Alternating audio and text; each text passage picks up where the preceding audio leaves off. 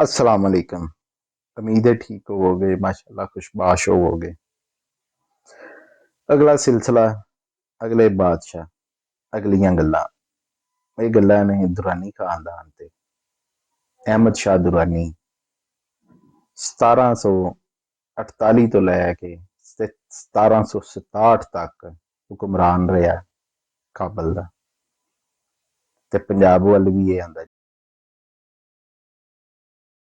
नादर शाह अफशार जिहड़ा सी ਉਹਦੇ कतल तो बाद अहमद शाह दुरानी ने अफगानिस्तान का तख्त संभालिया, काबल दे विच अपनी हुकूमत का ऐलान किया।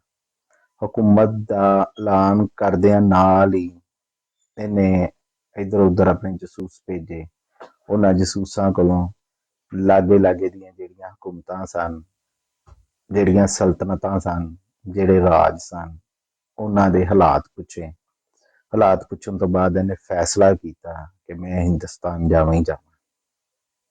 ਉਹਦੀ ਵਜ੍ਹਾ ਇਹ ਸੀ ਕਿ ਹਿੰਦੁਸਤਾਨ ਦੇ ਵਿੱਚ ਮੁਗਲਾਂ ਦੇ ਖਾਨਦਾਨ ਦੇ ਵਿੱਚ ਭਰਾਵਾਂ ਭਰਾਵਾਂ ਦੀਆਂ ਆਪਸ 'ਚ ਲੜਾਈਆਂ ਸਨ ਤੇ ਜਿਹੜੇ ਨੇ ਵਜ਼ੀਰ ਸਨ ਉਹ ਏਡੇ ਮਜ਼ਬੂਤ ਹੋ ਗਏ ਸੀ ਕਿ ਉਹ ਬਾਦਸ਼ਾਹਾਂ ਨੂੰ ਲਾ ਦਿੰਦੇ ਸੀ, ਕਤਲ ਕਰਵਾ ਦਿੰਦੇ ਸੀ ਤੇ ਨਵਾਂ ਬਾਦਸ਼ਾਹ ਪਾ ਲੈਂਦੇ ਸੀ।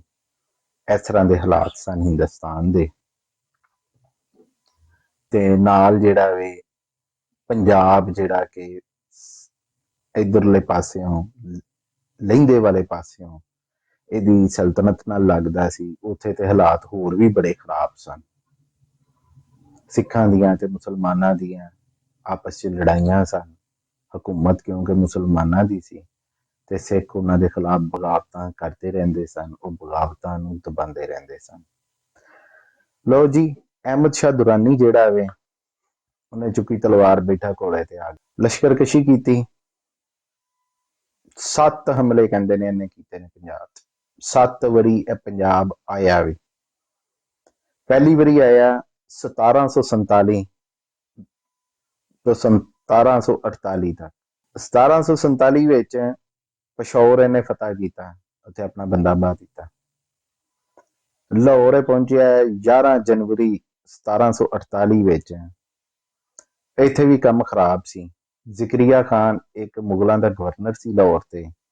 ਉਹਦੇ 2 ਪੁੱਤਰ ਸਨ, ਯਾਹਿਆ ਖਾਨ ਤੇ ਸ਼ਾਹ ਨਵਾਜ਼ ਖਾਨ। ਇੱਕ ਜਿਹੜਾ ਵਜ਼ੀਰ ਸੀ ਮੁਗਲਾਂ ਦਾ, ਉਹਨੇ ਇਹਨਾਂ ਦੋਨਾਂ 'ਚ ਸੁਲ੍ਹਾ ਕਰਾਈ, ਯਾਹਿਆ ਖਾਨ ਦੇ ਵਿੱਚ ਤੇ ਸ਼ਾਹ ਨਵਾਜ਼ ਦੇ ਵਿੱਚ। ਇੱਕ ਨੂੰ ਇਹਨੇ ਕਿਹਾ ਜੀ ਤੂੰ ਲਾਹੌਰ ਜਿਹੜਾ ਯਾਹਿਆ ਖਾਨ ਦੀ ਹੁਕਮਰਾਨੀ 'ਚ ਆਇਆ, ਮਲਤਾਨ ਜਿਹੜਾ ਵੇ ਉਹ ਸ਼ਾਹ ਨਵਾਜ਼ ਦੀ ਹੁਕਮਰਾਨੀ 'ਚ ਆਇਆ। ਤੇ ਉਹਨੇ ਕਿਹਾ ਕਿ ਬੰਦੇ ਦੇ ਪੁੱਤਰਾਂ ਵਾਂਗੂ ਹਕੂਮਤੀ ਕੰਮ ਕਰੋ, ਆਪਸ ਦੀਆਂ ਲੜਾਈਆਂ ਨਾ ਲੜੋ। ਨਹੀਂ ਬਾਜ਼ ਆਏ, ਲੜਦੇ ਰਹੇ। ਫਿਰ ਜਿਹੜਾ ਵੇ ਮੁਹੰਮਦ ਸ਼ਾਹ ਮੁਗਲ ਬਾਦਸ਼ਾਹ ਸੀ, ਉਹਨੇ ਮੁਦਾਖਲਤ ਕੀਤੀ। ਉਹਨੇ ਸ਼ਾਹ ਨਵਾਜ਼ ਨੂੰ ਡਰਾਇਆ ਧਮਕਾਇਆ। ਸ਼ਾਹ ਨਵਾਜ਼ ਭੱਜ ਕੇ ਚਲਾ ਗਿਆ ਅਹਿਮਦ ਸ਼ਾਹ ਦੁਰਾਨੀ ਦੇ ਕੋਲ ਤੇ ਉਹਦੇ ਕੋਲੋਂ ਜਿਹੜਾ ਵੇ ਜੰਗ ਹਾਰ ਗਿਆ। ਉਹਦੇ ਨਾਲ ਮਿਲ ਗਿਆ, ਨਾਲ ਮਿਲ ਕੇ ਇਹਨੇ ਕਿਹਾ ਜੀ ਆਓ ਪੰਜਾਬ ਵੱਲ। ਅੱਛਾ ਜੀ, ਪੰਜਾਬ ਵੱਲ ਫੇਰ ਆ ਗਏ। ਲਾਹੌਰ ਤੇ ਕਬਜ਼ਾ ਕਰੋ, ਮਲਤਾਨ ਤੇ ਕਰੋ, ਦਿੱਲੀ ਤੇ ਕਰੋ, ਇੱਧਰ ਕਰੋ, ਉੱਧਰ ਕਰੋ। ਇਹ ਮਾਮਲਾ ਚੱਲਦਾ ਰਿਹਾ। ਦੁਰਾਨੀ ਵਾਪਸ ਚਲਾ ਗਿਆ।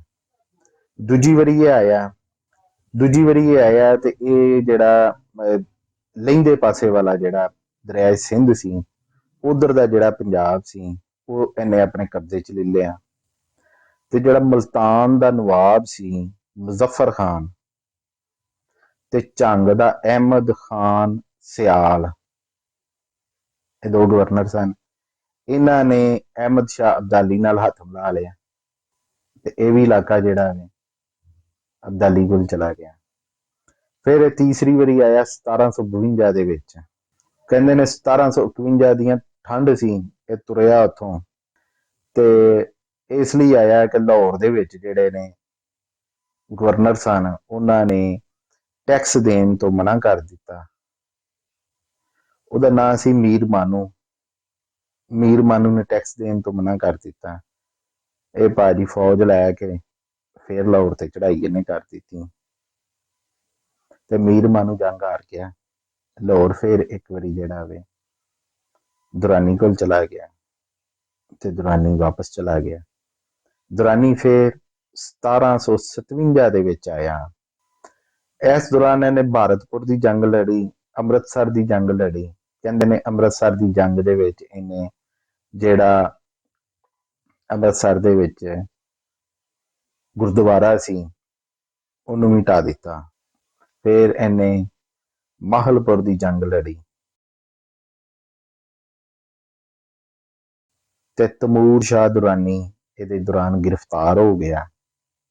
ਕਹਿੰਦੇ ਨੇ ਗ੍ਰਿਫਤਾਰ ਕਰਨ ਵਾਲੇ ਜਿਹੜੇ ਨੇ ਉਹ ਸਿੱਖ ਮਿਸਲ ਸੀ, ਉਹਨਾਂ ਨੇ ਇਹਨੂੰ ਗ੍ਰਿਫਤਾਰ ਕਰ ਲਿਆ ਤੇ ਉਸ ਤੋਂ ਬਾਅਦ ਜਿਹੜਾ ਵੇ ਇਹਨੇ ਬੜੀ ਤਬਾਹੀ ਲਾਈ।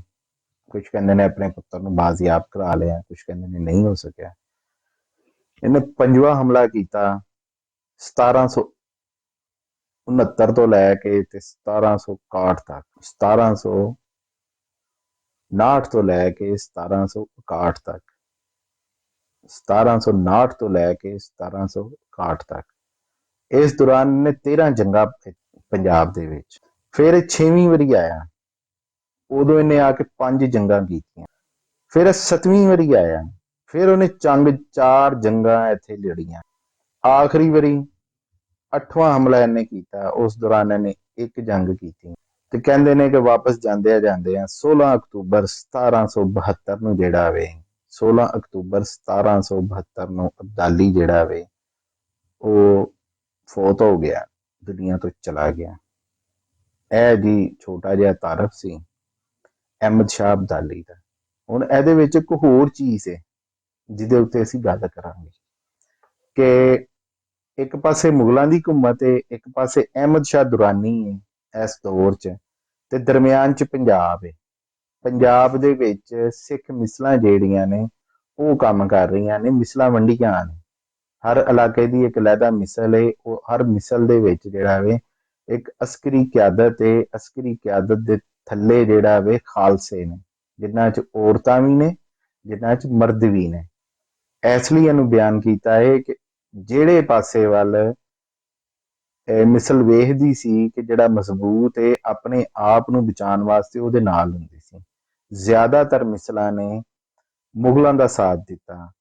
ਫਿਰ ਬਾਅਦ ਚੋਂ ਜਦੋਂ ਫਾਂਸੀਆਂ ਫੂਸੀਆਂ ਹੋਈਆਂ ਗੁਰੂਆਂ ਨੂੰ, ਤੇ ਫਿਰ ਜਿਹੜਾ ਵੇ ਮਿਸਲਾਂ ਨੇ ਅਹਿਮਦ ਸ਼ਾਹ ਅਬਦਾਲੀ ਦਾ ਵੀ ਸਾਥ ਦਿੱਤਾ। ਇਹ ਜਿਹੜਾ ਹੈ ਨਾ, ਇਹ ਉਹ ਚੀਜ਼ਾਂ ਨੇ ਜਿਨ੍ਹਾਂ ਨੂੰ ਸਾਨੂੰ ਇਹਦੇ 'ਚ ਦੱਸਣਾ ਚਾਹੀਦਾ ਹੈ ਕਿ ਆਪਣੇ ਤਹਫਜ਼ ਨੂੰ ਪਹਿਲੇ ਰੱਖਿਆ ਨੇ।